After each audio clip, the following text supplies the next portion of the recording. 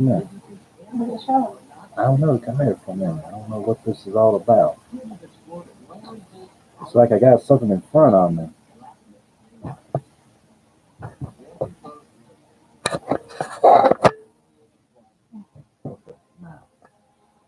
All right.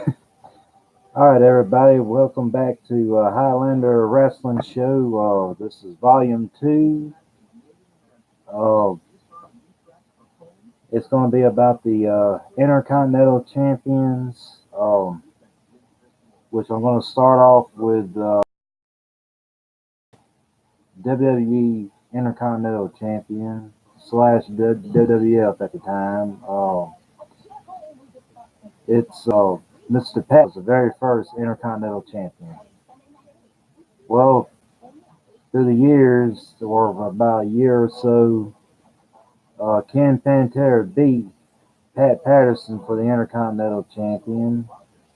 Ken Pantera was a second Intercontinental Champion, and he was a good Intercontinental Champion.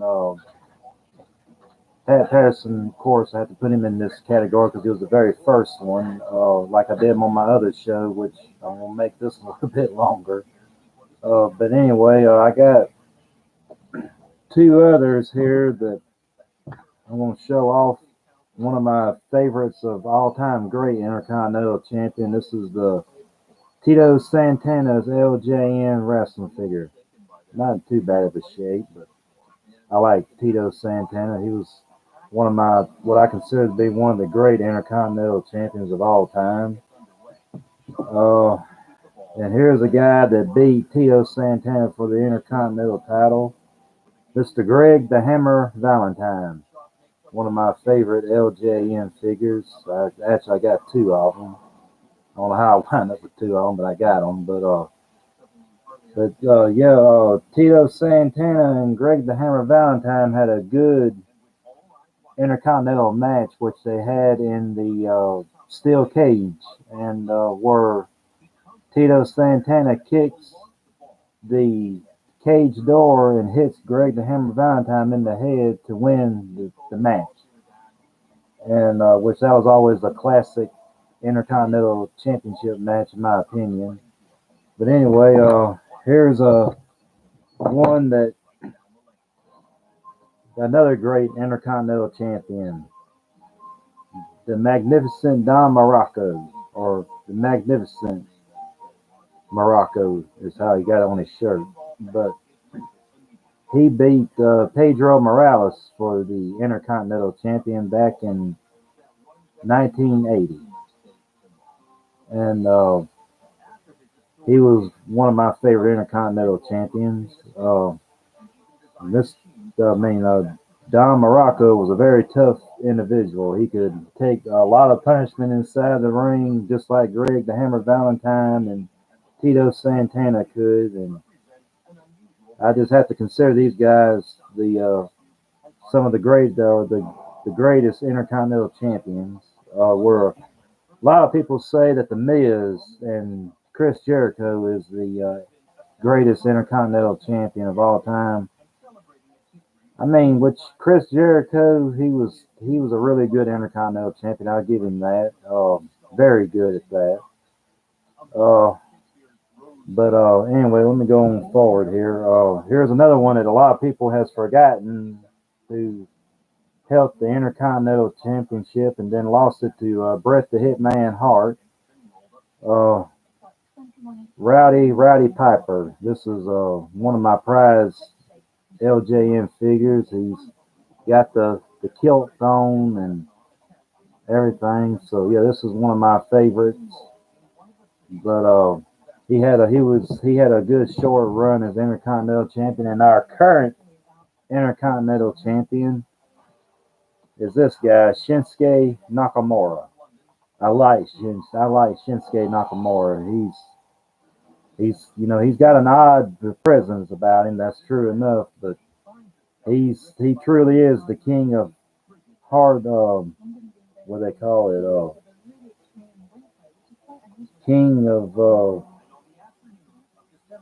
he's the king of, in my opinion, he's the king in there in Japan. Hard style. And he's the king of hard style wrestling. Well, that's what I call it, hard style wrestling. I put it like that.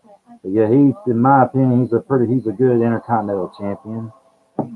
But yeah, the intercontinental title,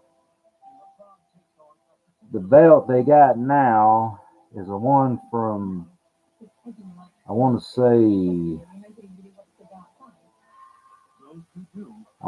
it was Tito Santana was the first one to hold that particular style of belt, because then he lost it to excuse me.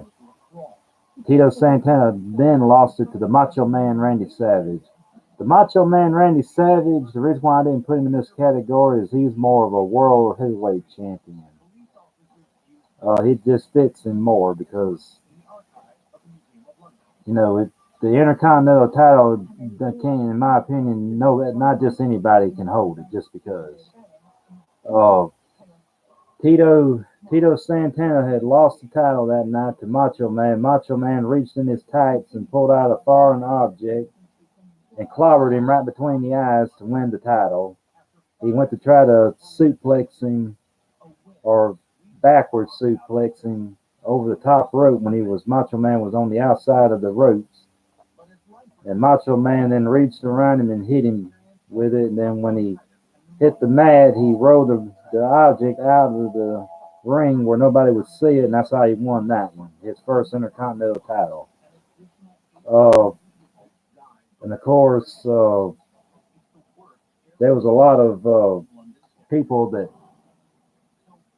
probably out there don't even know who Pat Patterson or Don Morocco or anything. If y'all do, that's great. But well, as a matter of fact, Greg the Hammer Valentine, the one Intercontinental title that I really, really loved the way it looked, was the one that Greg the Hammer Valentine, when he was Intercontinental champion, he wore it at WrestleMania 1 when he faced Junkyard Dog at WrestleMania. And of course, the match ended at a count out because Greg the Hammer Valentine wouldn't get back in the ring. But Greg the Hammer Valentine was he was a good technician wrestler. But anyway, but yeah. Let's see. We had Triple H has held the Intercontinental Championship. Shawn Michaels held the Intercontinental Championship. Diesel, better known as Kevin Nash, which I never was a big fan of him. But Razor Ramon, better known as Scott Hall, he's held the Intercontinental Championship. A lot of big names has held that title belt. It's just as prestige as the world title. Matter of fact, I think it's considered more of an international heavyweight championship, where the world heavyweight championship is more. It's what it's called, the world heavyweight champion. But yeah, it's that one from 1982 to 1983 had to be my favorite Intercontinental title. The history of.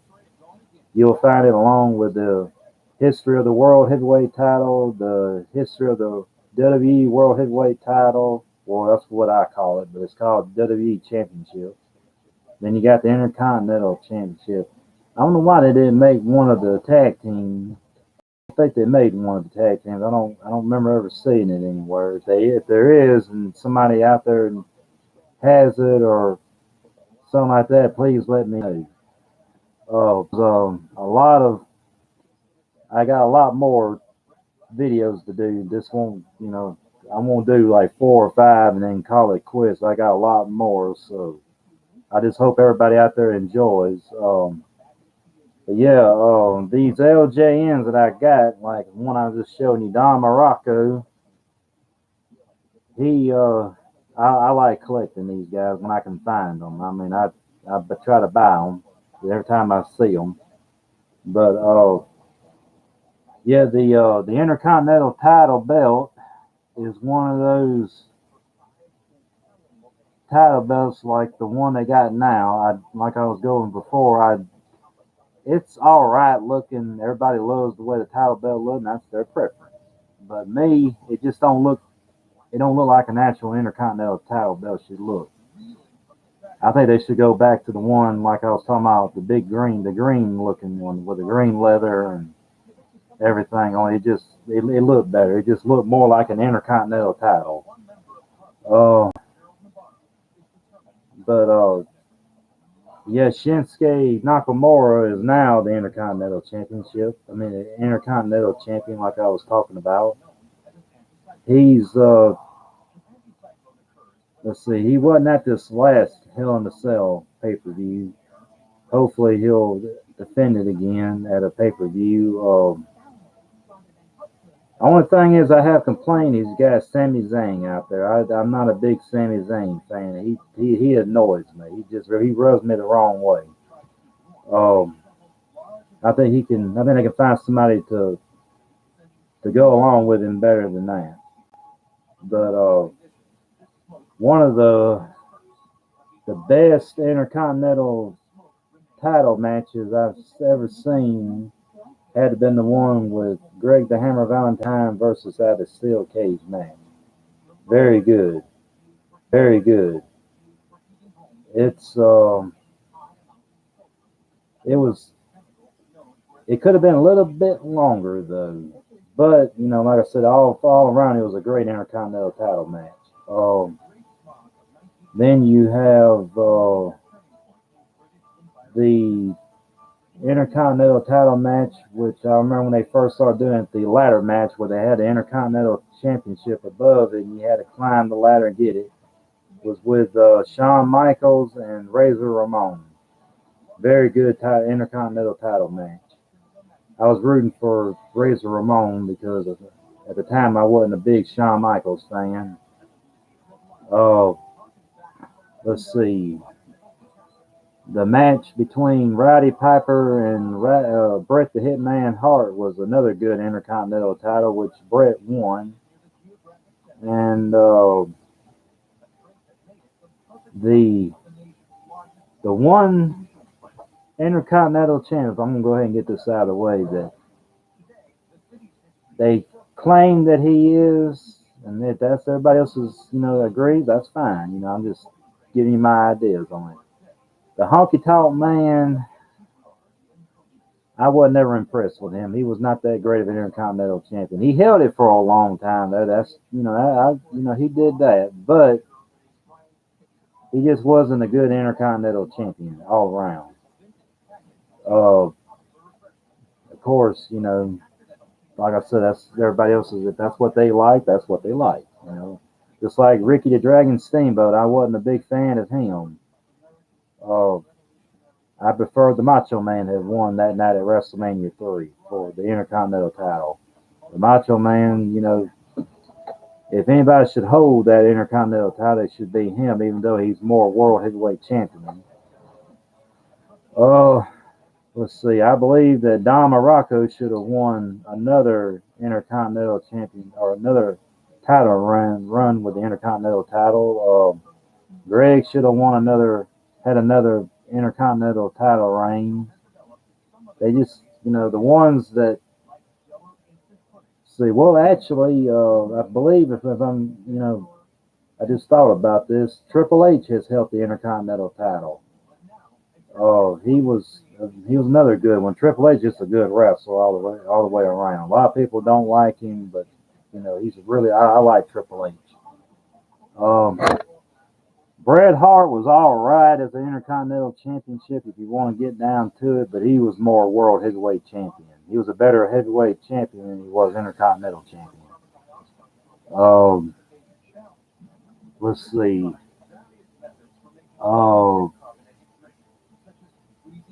I believe Kane, if I'm not mistaken, has held the Intercontinental title.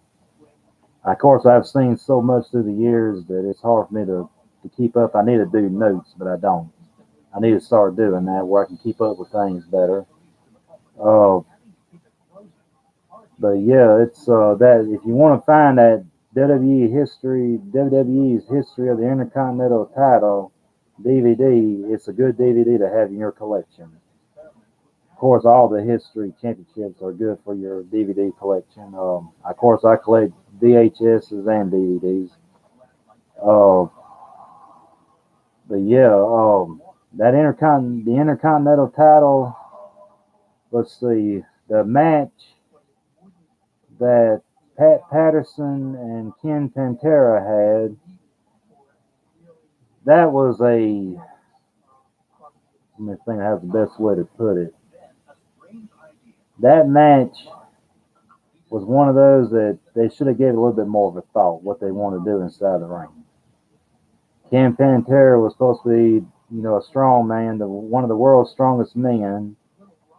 Uh, he had Bobby the Brain Heenan in his corner. May he rest in peace. Ken Pantera. Well, I ain't gonna complain. Ken Pantera was a great Intercontinental Champion, but the match, I don't know. It just seemed like it didn't go over too well. The way the match ended and how it started and everything, it just really wasn't a great of a match. Uh, let's see. The other Intercontinental Champion that I never understood how people really took a liking to was the Ultimate Warrior. Ultimate Warrior had a look. He was original. I give him respect for that, but he was not a very good wrestler. He was just what you call a speed. He was fast. He was everywhere. He had a cool face paint, and catchy, memorable entrance song. Everybody, when you hear that, you just get revved up. But as far as champions goes, I guess if you're gonna give him anything, let him hold the world title. He was not a good Intercontinental champion. Not very many people can hold the Intercontinental title. Just like not very many people can hold any title, but it's that's just like I said, I'm giving you my idea. My Jericho out there, he needs to come back to the WWE because he had better matches in the WWE all the way around. He just Raw is Jericho. Start calling it Raw is Jericho. He was, a lot of people he thought that his look in the '90s and everything looked corny. To me, they didn't. Well, that's like I said, that's my preference. Um, WWE is a very it's the oldest wrestling organization right now still running. WWE has had some of the biggest moments, the biggest names, the biggest events. They broke the indoor record of a crowd at WrestleMania 3. Uh, they they headlined Madison Square Garden more than anybody else, with the big names all the way from the World War II all the way to now. I mean, you can't outdo WWE at Madison Square Garden, in my opinion. I mean, that's the home of WWE. That's the McMahon's territory. Uh, you've had a lot of people out there is going for these other organizations out there, like A&E and all that, and you know, I'll get on that on another day. Uh, but yeah, I hope Shinsuke holds the title a little bit more since he's our newest Intercontinental Champion, our reigning Intercontinental Champion right now. Because of course, why she don't particularly like him, but I mean, I'll say he's weird. He's got an odd way about him and everything else, but I like Shinsuke Nakamura. He's He's it's called strong style. It just came to me. He's the king of strong style wrestling, and he's really that. He's good. Of course, if he came out of Japan, most of the Japanese wrestlers are going to be tough anyway. Of course, that's the reason why guys like Mick Foley or whatever you want to call him, Cactus Jack or Dude Love or Mankind, Mick, whatever you want to call him, lost his ear there, his teeth, and everything else. So that's why I call it strong. But anyway, I guess I'm about to wrap this video up. I want to tell everybody to keep watching Ultimate Ultimate Gallows Wrestling Wrap Up Show, and keep your eye out for SWA Wrestling in your town if you're in the Mississippi areas or anywhere like that. Uh, just if you have anything you want to ask me or say or anything like that, leave me a comment or email me or whatever. That's whatever you want to do. I hope everybody out there enjoys this. And watch out for my next video. My next video is going to be about the tag team championships of WWE Tag Team Champions, the history, and go back on that one. Then I should do my other show. Probably the show after this, my next one about the tag team title will be about the European title, and then I'll go on with others, and just keep an eye out, and I should keep back. I keep y'all updated and new videos and stuff like that. They won't always. All I won't be just like this about the history. I will get to the more newer ones. This is just how I'm starting out. So I just hope everybody enjoys. Have a good afternoon or good night or whatever time it is there. And like I said, keep Ultimate Gallows Wrestling Wrap Up Show. Keep that in mind and watch it because it's very good. He's a very good close friend of mine. A lot of wrestling knowledge. He's got to thank y'all, and I hope y'all have a good one.